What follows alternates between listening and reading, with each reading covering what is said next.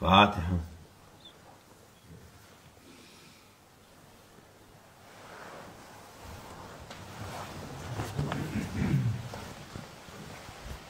Selamun Aleyküm.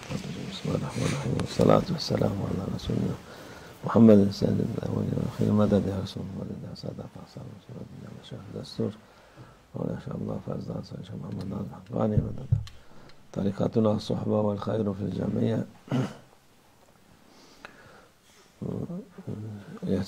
وأي أشهر الحرم الذي We are now in the holy months of Ashar al-Hurum. Yani bu hürmetli olan aylardan We find ourselves in sacred months, in months which need to be paid respect to. birisidir. And the month we are now in is one of the months which are part of the Ashar al-Hurum. Zülkade, Zülhicce, Muharrem. Zulqa'dah, Dhul-Hijjah, and the month of Muharram. Bunlar hac ayları olduğu için These 3 months are sacred because they are the months of pilgrimage. buna bir de Recep ayı ayrı olarak And in addition to these 3 months, there's the holy month of Rajab, which belongs to these sacred months too. bunlarda savaş, harp yapmak yok yani. It is forbidden during these holy months to wage war, to fight.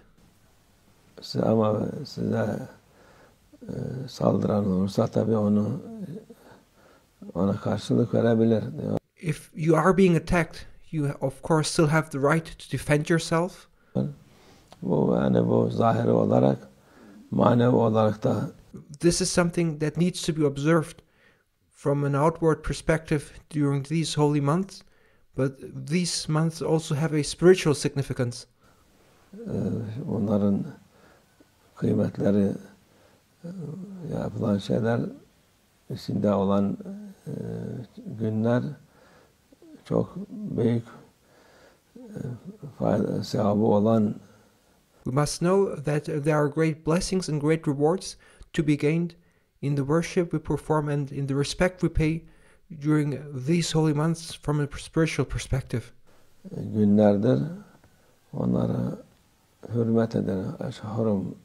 We should pay respect to the days of these holy months, of the months of the so-called Ashar al-Hurum. Hurum demek yani hürmet edilen, hem Ashar al-Hurum means these are the months one needs to pay respect to. Kan dökmek, savaş yapmak yasak olan ay. These are the months during which it is forbidden to shed blood, to wage war, to fight. Aylardır. Ha dediğimiz gibi savaş yasak diye gelip de düşman sana gelirse ona müdafaa etmek. But as we said, that if the enemy attacks you, you still continue to have the right to defend yourself. Olur. Tabii şimdiki zamanda artık kimse insanla kalmamış. We now live in a time where people have lost their humanity. Nerede artık dine bakmak, hiçbir şeye bakılmıyor. People do no longer pay attention to religion. They in fact do not hold up any values at all. Zulüm had safhaya gelmiş. Oppression has reached its climax. Bu da her şeyin bir pişme zamanı var. Dünyanın da pişti artık. Yani bundan sonra And as there is time for something to be cooked and to be ready, this world also undergoes a process, and it's now reaching and moving towards its end, and all these are a sign of it. Ahiret, kıyamet yaklaşır. İktarabet-i saate ve şakkal kamar. We are now in the end of times, and we are approaching the last day. Ta 1500 sene önceden hemen söylenmiş Kur'an-ı Azimüşşan'da nearly 1,500 years ago. It was already mentioned in the Holy Quran. Yaklaştı diyor. And 1,500 years ago, nearly, it was already mentioned that the last day, the day of judgment, is near. Kıyamet yaklaştı. Her gün daha fazla yaklaşıyor.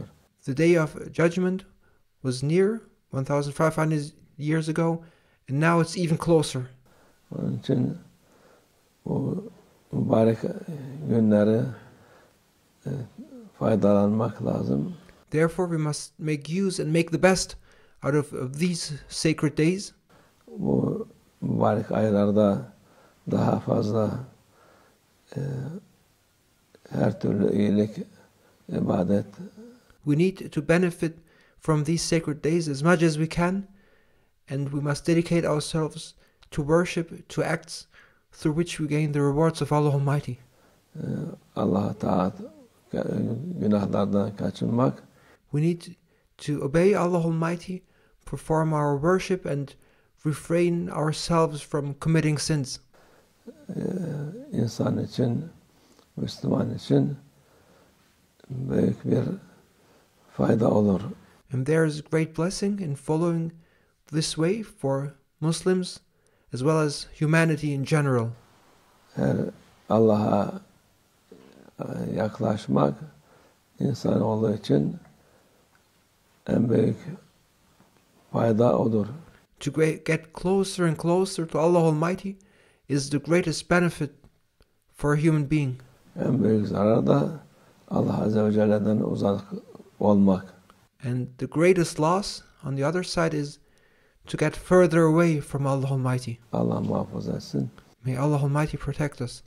Allah hepimizi doğru yoldan ayırmasın. May Allah Almighty make us be steadfast and protect us from deviating or going astray from His way. Bu günlerde mübarek olsun.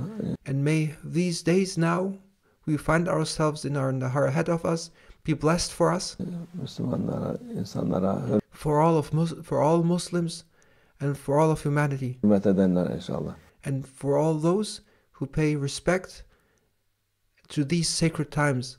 Ve minallah tevfik. El Fatiha.